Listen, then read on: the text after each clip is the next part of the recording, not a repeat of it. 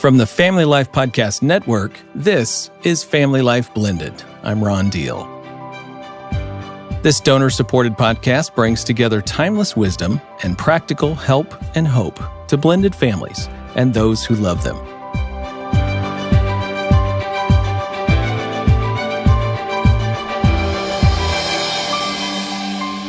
If you're not familiar with Family Life, you may not know that since 1992, we've had a daily international radio broadcast called Family Life Today.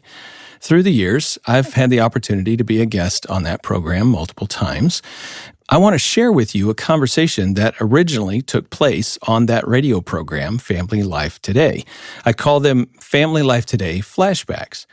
They may have taken place a few years ago, but the principles shared are timeless. So I'm excited that we can share some of the best programs with you here. So in this episode, first you're going to hear the voice of Dennis Rainey and Bob Lepine. They were the hosts of that radio program, and I was a guest. We're talking about prioritizing marriage in a blended family.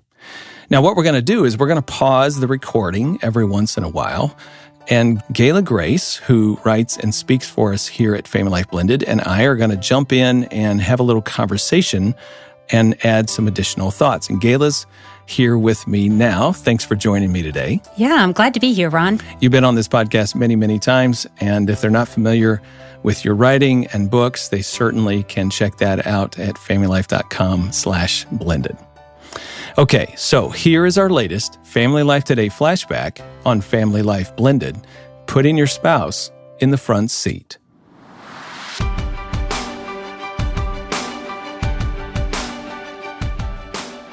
One of the biggest arguments we used to have with our kids on our way to school was who sat in the front seat. Who got the front seat with Daddy? I'm not kidding you. We had to actually have an allotment, like a lottery system. A lottery system. we had either drew for it. Whose day was it? Yeah, we had the whole exactly. thing. Right. I mean, I got so weary of starting my day and problem solving with kids. Oh, she's had it last week, and he's had it 3 weeks in a row before that, and all that stuff. I just thought, when Mom gets in the car with me. Is there any debate at that point? There was never a debate because they knew that next to Daddy's heart was Mama. And by the way, that's our friend Ron Deal, who joins us today on Family Life Today. Ron gives leadership to Family Life Blended and appears here from time to time when we're talking about blended family relationships. Glad to have you here. Thank you. And it's different in blended families, isn't it? Yeah. To think about your scenario, it's a perfect illustration, Dennis.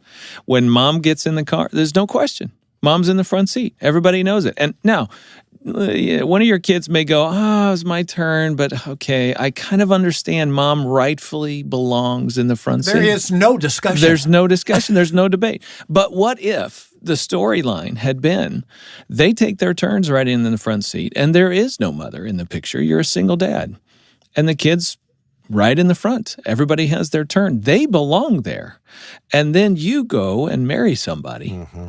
And now it's her that rides in the front seat. How do your kids react to that? They vote. That's how they what had been their territory, their turf, their spot, they've just been displaced. And we may think, well, come on, that's not a big deal. Yeah.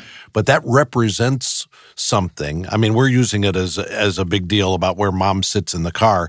This represents something about the order of the family that can be very threatening to stepkids. That's exactly right. And I got to say, one of our most popular articles on FamilyLife.com in the blended family section is an article that is exactly about riding in the front seat. In fact, it's called Putting Your Spouse in the Front Seat. I write about this at length in 2 of my books, The Smart Step Family and The Smart Step Family Marriage. Why?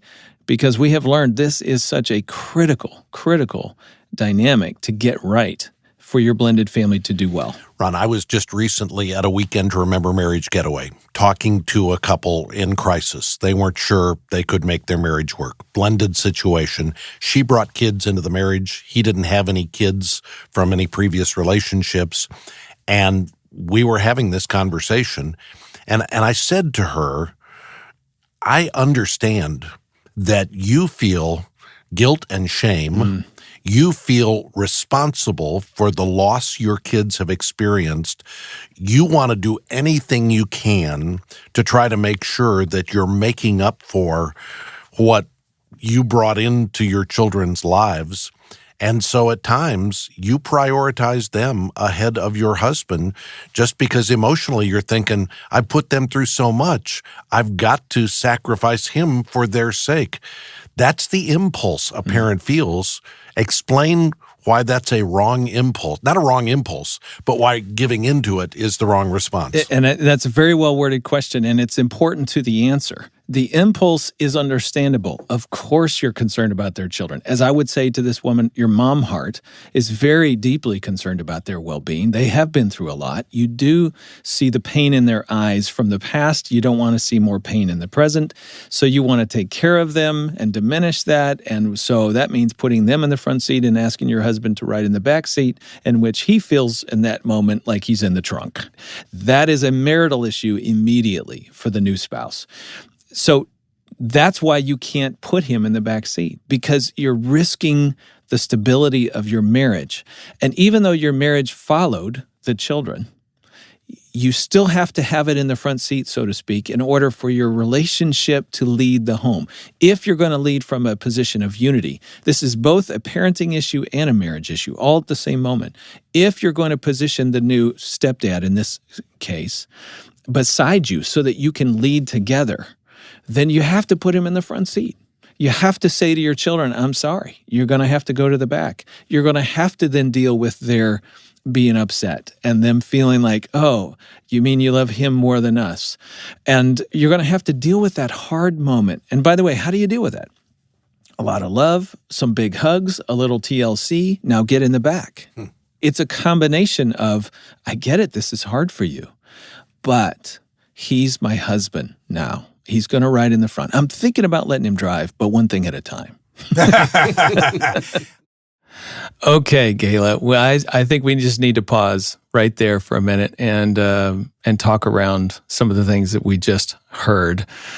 You've been in a blended family for 25 years. It's a yours, mine, and ours family. So you're a mom and you're a stepmom. Can you relate to this mom heart, wife heart division thing inside you? Absolutely.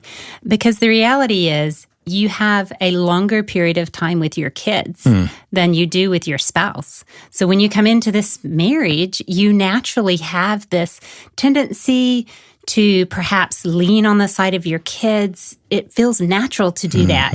And particularly, I think, if they have been through divorce or death of a spouse, either one, they have walked a hard road. Right. And you automatically think, well, my spouse can handle this, but my kids can't. Yeah. So I'm going to lean on the side of my kids. I think for some biological parents, they've been protector for their kids for so long. They don't know how to not do that, even in this moment where it feels like, well, I know my husband should be sitting in the front seat with me. And again, catch the metaphor. Literally in the car, front seat, yeah.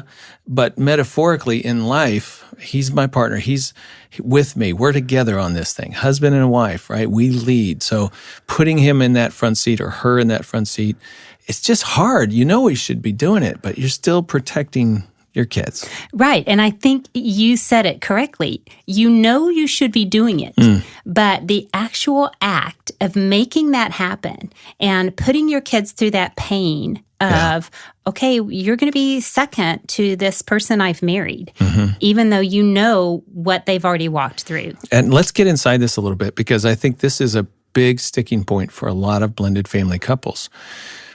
If you feel the awkwardness of, quote, putting them in the backseat, you're probably aware they are feeling that they're being put in the backseat.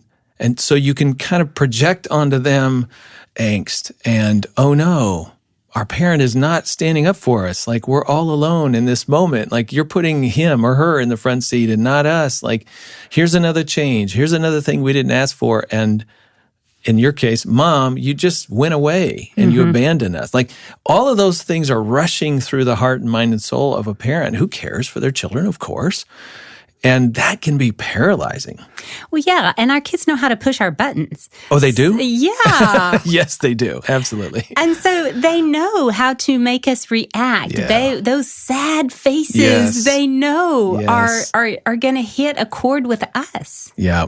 Yeah. And so that hits you in a moment and you think, okay, I like the way you said that just a minute ago. My husband can deal with this, but I'm not sure my kids can. So I'm siding with the kids in this moment.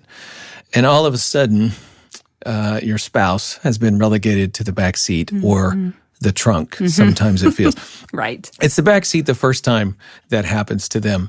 If it happens repetitively, it's the trunk. It's going to feel like it. And they know it's the trunk. Right. And they're not laughing like we are. They're not happy about it. Because now they feel what? They feel unimportant. Second best. Second best, not valued. Hey, wait a minute. I thought we were a team, so I guess we're not a team. Like, how is this going to work? It can feel defeating very quickly. Right. And sometimes you might have even talked about it ahead of time with your spouse, and then you just can't follow through because those sad faces are looking at you. Yeah. And so then you've got your spouse looking at you, but it's like I said a minute ago, I start thinking, but you're the adult. You Yeah. can handle this. I talked with a couple one time, and they were both bio parents and step parents, and each of them could say, I know I do this. I put my kids in front of my spouse sometimes, and it drives me crazy when my spouse does this to me. Like, they feel both sides of it, and yet you still sometimes feel stuck. So in the clip, what we just heard, I got to confess something. I think I made it sound too easy. We usually do when we do this kind of work. I said, look, you kind of have to give your kids a little TLC, a little empathy. I realize it's hard. This is weird. I'm asking you to sit in the back seat, and he's going to ride the front seat. And I make it sound like that's just a pretty easy transition, and it's not. Anytime you change any rule or expectation for your kids, anytime they recognize that you have just given some priority or respect to your spouse in a way that causes some sort of change or sacrifice for their life, the angst comes out, the sadness, whatever that is, the face, as you said, comes out in them, and it's just not easy to make them happy in that moment. Well, and the other thing you didn't even mention is that kid might just start throwing a temper tantrum. Right. Or all of a sudden they're just crying. And even your spouse at that point might start thinking, oh my goodness, I don't need to be creating this much angst with these kids. Never mind. Right. It's okay. I'll sit in the back. We're looking for peace here. We're not Right. looking for conflict. Like, this is not helping us become a family to one another. Exactly. Right? And Yeah. so it's easy to just go avoid. Don't make the change. You can't do that to our listener. You really can't do that. And by the way, let me be quick to say, step parents, every once in a while, take the back seat voluntarily. Like, be sacrificial with your time. Be gracious towards the children in some ways that are helpful for them. But at the end of the day, as a team, you have to put each other in the front seat, because it's not just parenting as a team. It's being married and feeling that you can trust one another in your marriage. And also, it's just like other things in marriage. It's not what we say, it's what we do. So if we are saying to our spouse, you're really important to me, I'm putting you above the kids, but then our behavior says something different, then that's really not what we're saying. Yep. And I think here's the key. If you're chasing everybody's happiness all at once, you will always feel like you're losing. So in this moment, we have to take a deep breath, I think, as parents, and say to our children, I love you, I get it, this is hard, and truly be compassionate for them. Something's changing and they don't want it to change. But to say to them, but you have to sit in the back seat, and to walk that out as their parent means they won't be happy, but you will, at the same time, be creating a new family stability that is good for them. Even though they don't have the maturity to see it or understand it, it is good for them. And so you have to take the risk of making them unhappy. But you know what else you can do, Ron, is at bedtime then. You can go into that child, you give them a hug, and you say, I'm so proud of you. I know that was hard today. And I asked something of you that you didn't want to do, but you did it. And I love you. I will always love you. And thank you Yeah. or your attitude and how you handled that situation. Great idea. Wrap some more TLC Right. on the back end and really, tune in to what's going on for them. That's the win scenario. They're unhappy in the moment, but later you're kind of giving them a little extra love, a little extra hug, if you will, and then continuing forward to walk that out. Right. Okay, before we get back to the recording, let me ask you about one more thing. There was a word used. We talked about the word territory. It's not the new step-parent's territory to ride in the front seat. The kids have owned that territory during the single-parent years. I think sometimes people have a little reaction to that word, like, wait a minute, they're children. They don't have any territory. They don't own anything. Yeah, what I meant by that is kind of their emotional space where they feel safe. The routines of sitting in the front seat, of knowing what's predictable in life, especially when you've had the rug pulled out from underneath you a few times as a kid, it's really important that you maintain stability. So any other change feels like a violation of my territory. That's where we need that extra TLC and empathy and compassion. And yet you have to say, yeah, but you still got to ride in the back seat. But I think we're honoring their feelings with how we handle that whole situation and acknowledging that they do have hard feelings about this and we understand it. But we're still the one in control. We're still the one who's making the decisions about what the child needs to do. That's good. Okay, let's get back to the original broadcast that we were listening to. If you treat this like Barbara and I did, which was, instead of going through the battle at the moment of who sits in the front seat, you have a family time and you just say, hey, you know what? This is a point of constant strife in our family. So here's how it's going to work. Yeah, that's exactly what you can do. You can anticipate this in a blended family and go, you know what? We've picked up on this. There's some weeping and gnashing of teeth every time we have a front seat moment in our home where what does that look like? I consult my husband about parenting. I didn't ever have to ask anybody before. I was a single mom. I could do whatever I wanted. Now I'd stop for a minute and I ask him. And the kids notice and they go, wait a minute, why are you asking him? Well, this is a front seat moment. Well, I'm asking him because he's my husband. And I know things have changed. And you want your kids to understand the loyalties are to the other parent. The marriage has to be a priority, and that they need to feel secure in that commitment that you're not going to run the show by yourself. Yes, absolutely. Or let the kids hijack the car. And so you do some proactive, hey, we're going to have a family meeting. Just want you guys to know some things are going to change around here, and this is why. Now, let's just pause for a second and talk about language, because I learned a hard lesson. When I wrote the first edition of the Smart Step Family, it came out in 2002. And in that edition, I talked very directly about this matter. But I made a mistake in how I worded a few things. I used language that implied that somehow there was more love for the spouse than for the kids. I don't even remember exactly how I said it, but that's what a few people would walk away from. I'd get letters and I'd get questions at conference events that I do around the country, even now. I learned, wow, I got to change that. Because, for example, we say it's God first, then your spouse, then your kids, right? And what are we saying with that? We're saying we prioritize those relationships. Why do we prioritize marriage? Scripture talks about leaving father and mother, cleaving to your spouse. That is the start of a new home. It's the marriage relationship that lays the foundation. But sometimes when you say that to somebody who has children from a previous relationship, what they hear is, abandon your children, reject them, leave them in isolation, and spend all of your time and energy with your new spouse. That is not what we are saying. When I wrote the revised expanded edition of the Smart Step Family that came out in 2014, I changed that wording. I was very careful because I knew what people had heard. That's not what we're saying. What we're saying is that there is one single important relationship in your home that will eventually bring stability to your home. But now notice, in the beginning of a blended family, putting your spouse in the front seat actually creates a little instability in your home. Now that's backwards. That's not something that's typical. That's not true of biological families, but it is true of step families. It's another adjustment for kids. But eventually it does bring stability to your home because you as a couple are leading from a position of unity and togetherness and oneness, and the children see that and honor that. And Ron, we've been talking about calling a family meeting and getting the stepchildren and the bio children together and addressing them as one group. It might be wise for the bio parent of the children to address the issue separately from the stepchildren, so that it's not a us versus them. Here's how we need to absorb this as a little miniature family, as a part of the bigger family. And that's wise.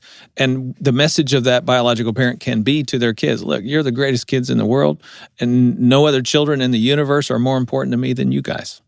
Oh, by the way, there's no other adult more important to me than my new spouse.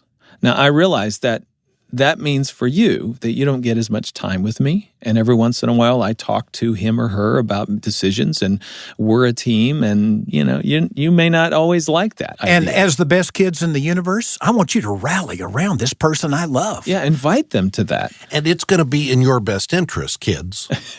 you need to understand, if our relationship is strong and healthy, it's better for you than if yours and my relationship, parent-child relationship, if that's strong and healthy, but mom and dad are not doing well, that's not as good for you as a kid as it is if mom and dad are doing fine.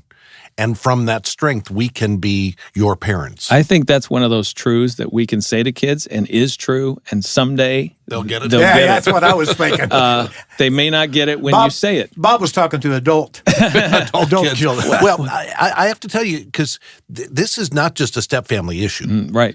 I mean, in intact families, No doubt. kids try to divide mom and dad. Yes. They try to compete. And in intact families, new mamas often give their heart, time, and attention to their kids, and daddy's now kind of on the sidelines because mom's got this new love in her life. So this child-centered versus married-centered issue happens in both intact families and in blended families. I remember, again, in the Art of Parenting video series, Brian Laritz tells the story about getting invited to do ministry in Dubai. And they said, we'd like to invite you, and we'll send you 2 plane tickets. And he said, okay, Corey and I, my wife and I, were going to go to Dubai. And he said, one of my kids said, why are you taking mom?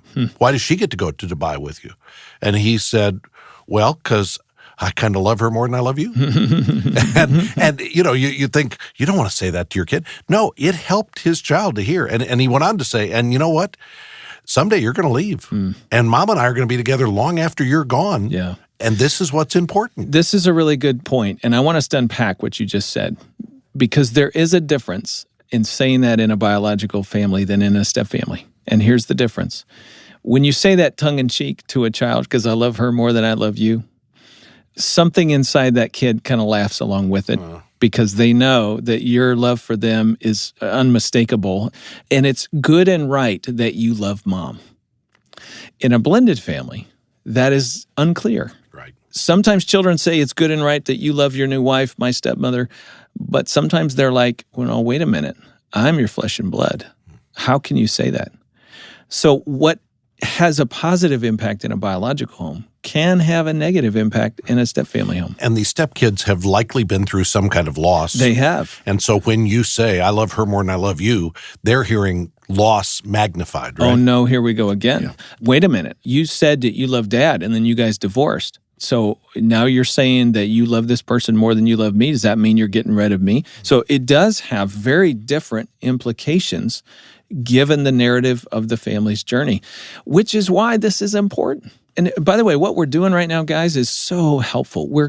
This is what I call going around the horn. We're going around the family and we're jumping into the shoes of the child and saying, why would they react harshly to this idea of putting your spouse in the front seat? What's going on for a kid? Well, yeah, sometimes kids just want to ride in the front and they want what they want. But also, I've been through some pretty rough stuff. I've lost connection with somebody. My family has gone through major transitions, a tragedy of some sort, a death or a divorce. I don't want to go through another one of those things. They're hypersensitive to the idea of being pushed aside because they've seen it happen already in their home. Of course, they're not going to welcome this new person riding in the front seat of the family car. What you have to do as a parent is understand that, but not be paralyzed by that. That is the big mistake that biological parents make. They see the pain in their child's eyes and they go easy. And all of a sudden, they're putting their kid in the front seat and their spouse in the back seat. That's the wrong move, because over time, you may have prevented a little bit of pain in your child's heart in the moment, but you've created a bigger pain on behalf of your family in the long run.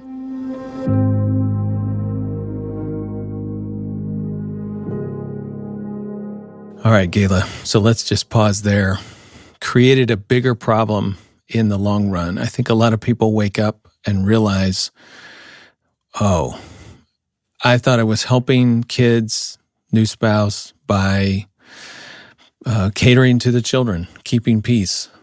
And now I can see I've created an environment where the children and my spouse can't get along and they resent each other. I know you've seen some of that. Mm-hmm. Those are hard wake-up moments, aren't they? They are, and they can be prevented. And I think that's what we're trying to help blended family couples understand, that it does feel easier in the moment to just go along and allow the child to remain in the front seat. But it's just like so much of parenting. If we can keep the long view in mind, what do we really want in the long view? We don't want that child in the front seat forever. I mean, that's not going to feel right, even to us, even to that child. Probably in 4 or 5 years, they're going to know they don't belong there. So we just have to cut it off. Yeah, that's a good observation. It's perspective. Yes, you want family peace, but sacrificing long-term peace and harmony for the sake of quick and momentary really comes at a great cost. Okay, let's back up and grab a couple of those themes that came out. I'm your flesh and blood. Why does prioritizing the marriage initially create more angst and conflict in kids and within the family, do you think? Well, I think it's because of what that child has already walked through. So there's been a loss already, whether it's divorce or death of their parent. And probably during those single parent years, there's been a real bonding that happens between the child and the mom or the dad, maybe depending on who has primary custody. And so all of a sudden, they're being asked to be pushed aside again. And that just feels like a lot to a child, I'm sure. I think you've really hit on something here. Really, there's another structural change going on within the family. Let's back up a little bit. So mom and dad together, raising their children, and then a breakup occurs, death, divorce, something. Now they're not together. Now we're living in 2 single-parent homes as the children move back and forth between dad's house and mom's house. And during that season, there's a restructuring of the home. It used to be centered around mom and dad's marriage. Now it's centered around children and the activity that takes place in children's lives, because one parent is basically centering their world around the kids. And so there's another radical structural change happening to the household when another adult comes back in. Now we have to shift back to kind of be in a marriage-centric, driven, led home. That doesn't mean you get to be selfish. Nobody's saying that. It's just that your marriage is kind of the thing that leads everything in the household, not children. Right. But it is back to a marriage, but it's with a person that this child doesn't know and probably doesn't want a relationship with, at least not in the beginning. Yes, they're not excited about them being in the car, let alone in the front seat. Right, exactly. And so you have differing agendas between the biological parent and their own children about how to position this person. And for the parent, it's a new beginning. I mean, you are the one that made the decision to remarry. Your child didn't have any choice about that. So you're excited about it, and you kind of think your kid's going to be in the same place, and it's likely they're not. I really think people underestimate the significance of this restructuring of the home back around the marriage and how visceral that is, even for children. And it is such a huge shift. You know, one of the things we know about kids is that sometimes they have a harder time adjusting to a parent's marriage, to a step-parent, than they do to their parents' original divorce that led to the blended family in the first place. Why is that? Well, because it's another radical structural change to their world and their life and how the home functions. And for adults, it's not an unwelcome change, it's a welcome change. And so that's where the problems begin to come in. So all of that to say to our listener, putting your spouse in the front seat is important to the longevity of your home, the stability of your home, stability of your relationship as a married couple, but also the step-parents' relationship to the children. There's a lot of things riding on this, no pun intended, and you got to get it right. And you also have to be really patient with your children in the process. It's a balancing act. Yeah. And you're not going to get it right every time. Some days you're naturally going to feel much more called to a child's heart, depending on what that child has had happen that day, perhaps. So I do think there's some balance to it. You even said it earlier that sometimes stepdad just needs to voluntarily get in the back seat. And, that's we're not just talking about the car. Yeah. We're just talking about in reference, in general, in these relationships. Yeah. So really, the vehicle could be time. Right. You know what? You need to have some time with your kids, and I need to step out of the picture. Right. Let me just make this easy for you and them. I got a hobby. I'll go do my hobby. And you, have some exclusive time with your children together, one-on-one, however you choose to do that. That is a gift, right? That's kind of hopping in the back seat momentarily. Right. It needs to happen. And if you don't have a hobby, go find one. Yeah. Because I totally agree. The bio parent needs some time alone with their kids. By the way, here's another practical suggestion about walking this out. And then let's talk about how to, practically, Gayla, what it looks like to put your spouse in the front seat. What does that look like in real life? It was kind of funny in the original broadcast when Bob Lepine mentioned, telling the kids, look, this is in your best interest. As I listened back to that, Gayla, I noticed I chuckled a little bit. And I know what I was thinking. What I was thinking was, yeah, right. Kids are not going to receive that. And we did get to that point in the conversation. But I do think that's worth talking about right now. Don't argue with your kids about how your spouse deserves to be. Like, if you get into a lecturing mode, here's my sermon on why you should absolutely love the fact that I love my new spouse. So it's kind of one of those gentle things where you say, look, this is important to me. This is the way it's going to be. I love you, And then like you said earlier, you go lay in bed with them at night, you give them a little extra TLC. But if you get into arguing with your children about why this is right, you have already lost the battle. Exactly. Oh, yeah. So what does it look like for couples to put each other in the front seat in a way that's not overbearing and gives consideration to the kids? I think about a time early in our marriage when Randy said to his kids, there was strife. They were not accepting me. I felt rejected. I was struggling, and Randy knew that. And in front of me, to his kids, he said, Gayla is not going away. We just need to figure out how to fit her into the circle and all get along.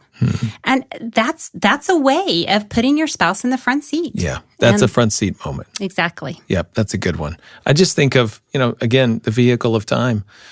Carving out a little time for one another, husband and wife time. Hey, kids, sorry, you got to work on homework or play your games, whatever you're doing, but we're having 10 minutes of coffee time after dinner, back up, Little things like that just show how important time is with that other person, makes a statement to the children. Right. It doesn't have to be some expensive date night that takes the whole evening. I mean, you just said it. 10 minutes of coffee with just us. Don't interrupt us unless you're dying or bleeding or something. Here's another one. A kid comes to you with a question, and forever and a day as a single parent, you gave them an answer immediately, right? Didn't have to think about it, talk to anybody, consult with, nothing. Bam. There's your answer. Well, now you say, you know what, let me get back to you. I'm going to run this by so-and-so, your spouse, not so-and-so. That didn't sound right. But you get the idea. And the kid's like, oh, well, why do you have to talk? Well, that's a moment. That's a front seat moment. You're saying, no, they're important enough to be included in this decision. Right. That's a front seat honoring sort of moment. Exactly.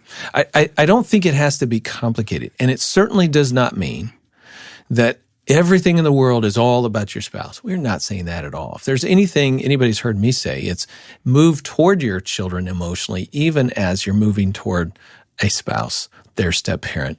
You do both because the statement says, I love you and I'm committed to you. You're the greatest kids in the world, like we said on the broadcast.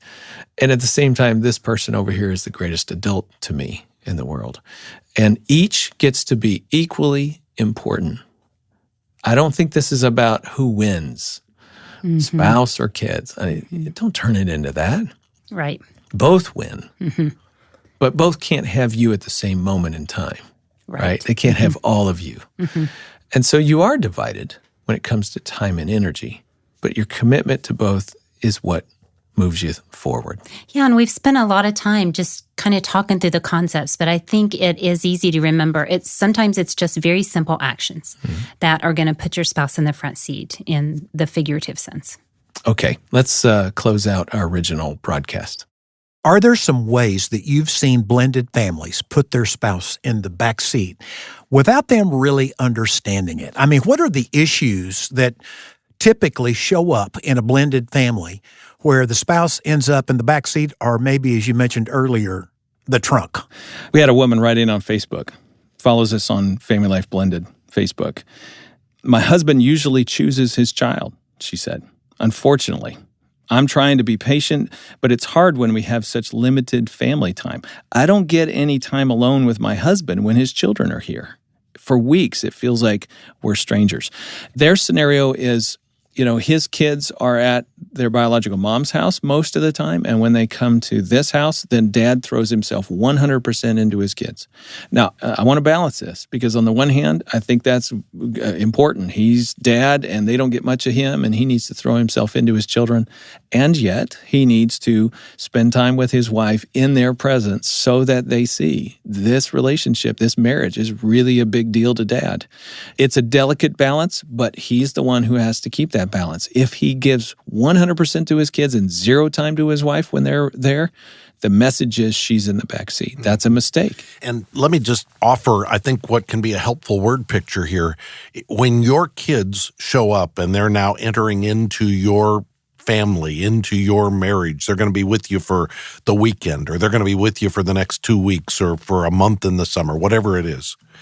You can look at it like the kids are here, our life stops, and now this new chapter where the kids are in the middle of it, where they're at the center of it, that begins.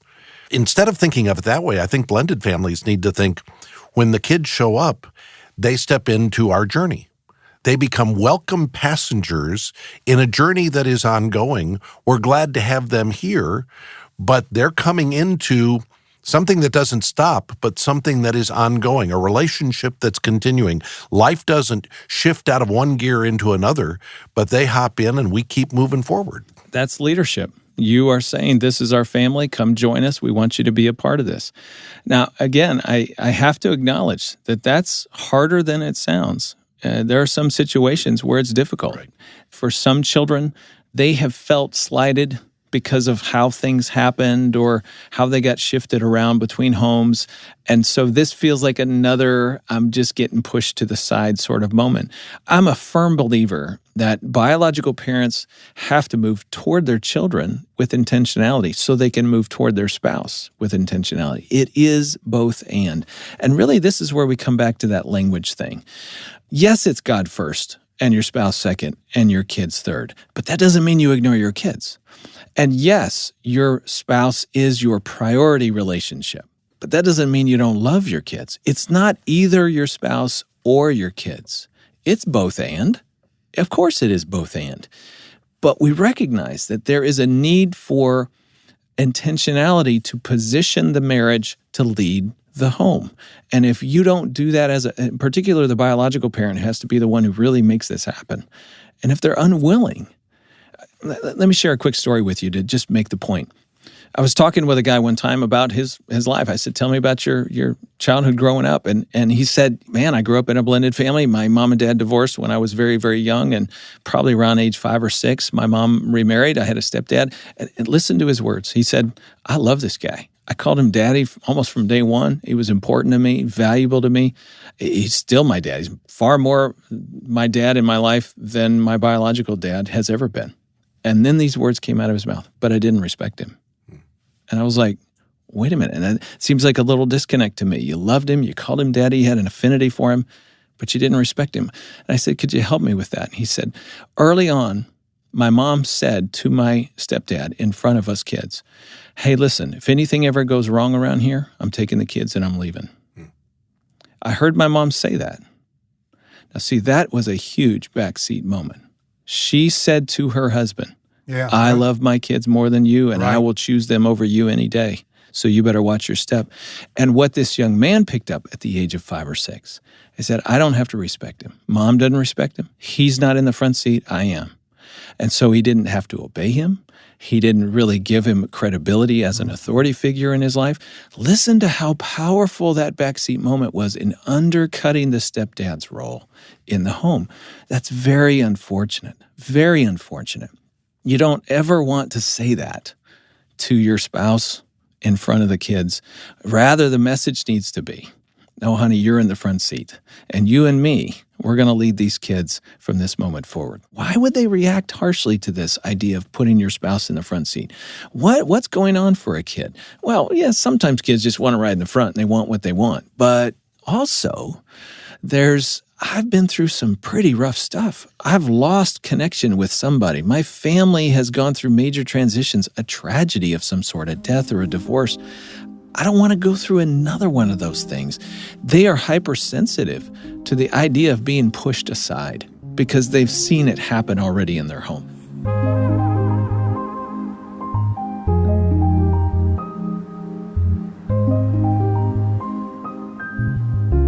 You've been listening to a Family Life Today flashback on the Family Life Blended podcast. I'm Ron Deal.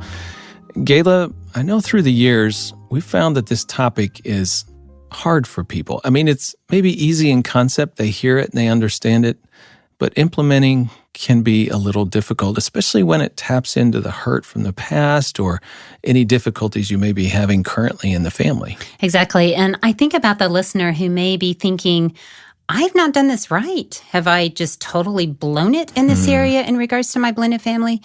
And, I just want to say God blesses our efforts even when we don't get it all right. Yeah. And just from our own experience, we did not do a lot of this right in the beginning. And yet I did see it come full circle. And we were able to help each other gain the respect that was needed to put the spouse in the front seat. But it didn't happen in the first year or two, maybe not even 3 or 4. So I just want to say, continue to do your part, and what you've learned, go do it. But don't be defeated by sitting there thinking, we've done this wrong. We're done. Let's talk about somebody who's listening and thinking, yeah, now what do I do? It seems to me, maybe you've heard this podcast and your spouse hasn't. Listen together. I mean, I think sometimes when you come together around something and you go, oh, there's the truth. We didn't know it. We didn't see it. Let's hear this together. And then you look at your partner in the eye and you say, I'm sorry. I now recognize what I've done and how I've been responding has not been helpful. Here, I thought it was the right thing to do, but it wasn't the right thing. And I'm just now seeing that. And let's just start with you and I. I'm sorry. Will you forgive me? Let's start to heal. Gayla, I would say the therapist in me is saying, start with your marriage. Right. Get on the same page, talk through this, hurt over this, angst over this, forgive over this. Then you begin to maybe go to each child, one-to-one, maybe as a group. I mean, you can decide how to move from there, but it starts with your marriage getting on the same page and then broadening. I agree. I think the biological parent at that point needs to take the lead with their child, possibly just some one-on-one, and just be open and honest about, I don't think that we have done this right. I want to help my husband feel honored more in this marriage. And, I don't think we use the terminology. I'm trying to put my husband in the front seat here. Yeah. I just think we talk around the situation and how we want it to change. But I just think, and let that child speak back to us, especially if it's a teenager, they may have some words. Right. And I just think that needs to happen with the biological parent. And eventually, somebody may need to apologize to a child. Right. A step-parent may need to apologize. I've been competing with you all along. And I now see that was wrong of me, and I'm sorry, and I hope you can forgive me. And that too will be a process that will be walked out over time, and how quickly the child may forgive you or won't, or will move towards trusting you again, that's to be determined. But taking the next right step is what gives you a chance to move down that road towards healing as a family. Right. And I think what we're trying to say is it's never too late. Yes. It's never too late to begin taking these steps that are going to enable healthier relationships in your family. If you're not familiar with the Family Life Today radio broadcast, you can learn more about that. It's also a podcast that's available to you through the Family Life Podcast Network. You can learn all about that on our website, FamilyLife.com. And while you're there, go ahead and check out everything Family Life has for your marriage and family. Our division, called Family Life Blended, has the world's largest collection of articles, videos, resources, and books, and of course, podcasts. By the way, books like Gayla's book, Step Parenting with Grace. You can learn all about those resources again at FamilyLife.com. We love reviews. One came in through Apple Podcasts, said this: "Love this podcast. I highly recommend it. I stumbled upon this podcast when I was looking for resources for our newly formed stepfamily. Ron's book, The Smart Stepfamily, was a game changer for my husband and I. So when we saw that there was a podcast, I knew I had to give it a listen. I have made it through about half of the session so far." Wow, that's listening to a lot. "Half of the session so far, and it has helped tremendously. Not only has it given us grace for each other as step-parents and biological parents, but it has helped us understand what our kids are feeling and given us tools to help them navigate their emotions. I recommend this to everyone I can think of." Wow, we appreciate that review. If you don't mind, give us a rating or a review. It really encourages our team, and we would greatly appreciate it. Thanks for listening, and thanks to our Family Life partners for making this podcast possible. If you want to help us produce this podcast and other resources, you can make a tax-deductible donation as well. Just go to FamilyLife.com/blendedpodcast and click the donate button.